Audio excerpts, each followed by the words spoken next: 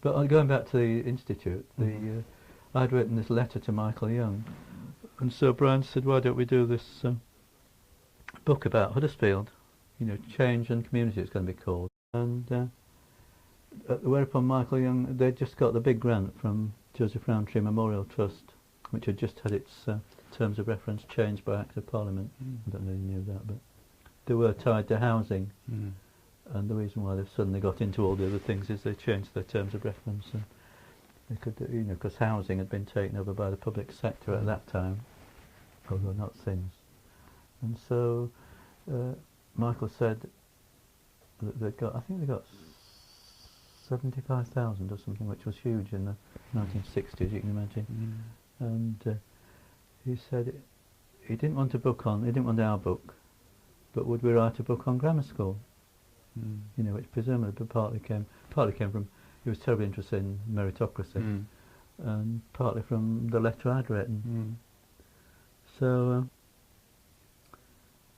and we said yes we would, you know.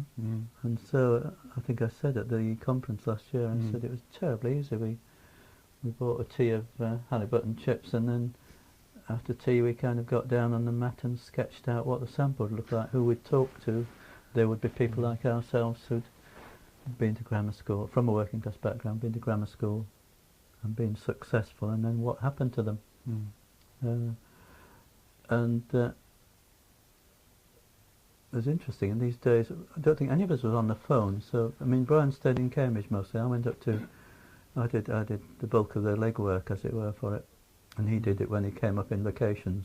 During this, he got a lot of vacation as a primary school teacher, and then and I did quite a bit of the travelling about, but he did too, to get the people. We kind of followed the, well, the design was, we'd follow up the ones we could get via the parents. Unfortunately, because Huddersfield was very stable at that time, although not since, we could trace quite a large proportion.